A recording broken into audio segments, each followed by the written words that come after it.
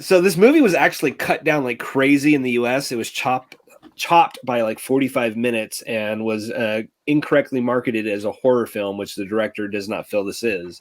After watching it this time, I don't think it is either. So I guess we'll get into that next. What genre is it then? Let's get into it right now. This is a marriage drama with a monster. I will give you that. A marriage drama with a monster. That's how I look at it watching it this time. John, this is like that movie with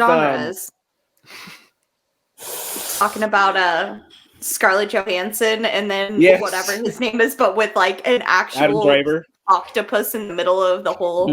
Okay. That's what a Marriage Story needed, was more octopus creatures. Yeah, right. Just like an octopus demon in the middle of the bed.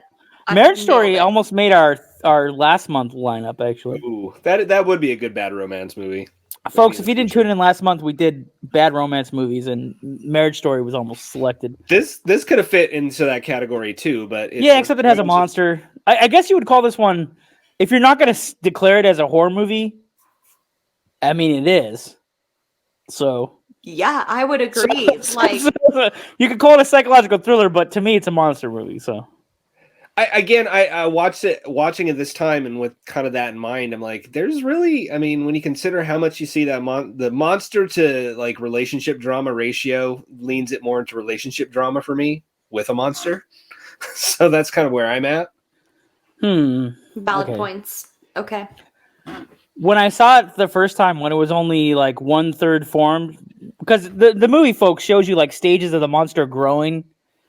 It first looks like black mold on the door of her apartment, and I'm like, the reason she was starting to have these little psychotic breaks was like, I thought maybe she was like absorbing like all this, she was breathing in all this toxicity, you know what I'm saying, and it was driving her nuts. I was like, that was a legitimate reason, like the monster's giving out you these monster pheromones and it's screwing with your brain.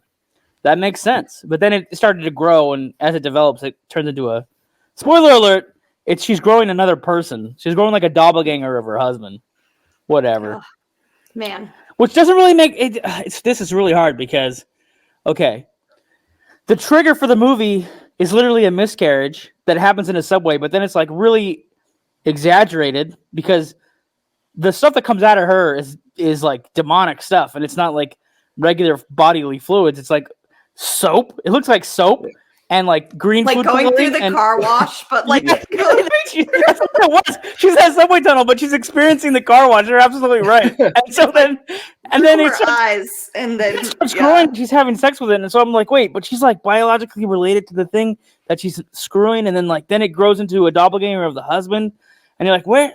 Like, okay, so try to put this on like a linear path of what's happening, or the movie's really just a metaphor. Like none of that stuff is real. And like, it's all just a representation of the feelings, and I'm like, damn. I'm leaning toward the latter of what you just said. I think the monster. I mean, it is I mean, by definition, it's a monster movie. There's a monster. I can't deny. There's not a monster. Like it's not really there. The husband and the wife both had a psychological break, and like they're responsible for everything. But I mean, the monster is almost irrelevant at the end of the day. I mean, this is a movie about like the breakup of a relationship. I mean, that's what you know what? I know it's real because the son acknowledges it, like it's separate from the dad. So at the very end, so then the monster is really there. Yeah. But like, so I don't know. I kind of feel that way too. Like it's like he's trying to make their marriage work too, and he's also coming to a psychotic break. So like you're kind of watching the combination of them just like completely lose their mind, and then it like actually forms this somewhat demon looking like creature that looks just like him. I don't know. It had me tripping. Like I had watched it way too late. I think I started it at like 10 o'clock at night. I was like, I cannot go to sleep. Here's some trivia. I watch horror movies in the afternoon. I don't watch them at nighttime. Yeah, that's smart. Yeah. I had like the worst dreams going to sleep and trying to go to work the next day. This is this time watching it. I don't know. Maybe I'm a little older now that I've watched it. Have been married a bit longer, so maybe that's where my head is at, or in my personal life. But like that's what I reacted to more this time than because I guess having already seen it. I'd seen it at least once before you two guys. So what are you saying? You've matured past the point of slicing your own arm open with a meat cutter? Oh no, we've all had those fights with our loved ones where we feel like doing that. I get that. With the electric carving knife, it's fine. Yeah. Oh man. Which I guess we should talk about favorite bits because we've told everybody everything so far about this movie, with the exception of a few parts. I can kick it off. I mean, Dave has already brought it up. There's a super famous scene of her in the subway tunnel. And like, I thought it was going to end at some point, but like, no, it just kept going. And it was terrifying. It like shook me to my core. I'm like, she is losing it right now. And then all of a sudden she like gives birth to this like green sludge, bloody like miscarriage mess that's also coming out of her eye sockets. It was very visual, and she sold it. Like she sold it. I believe that she's actually losing it in that subway tunnel.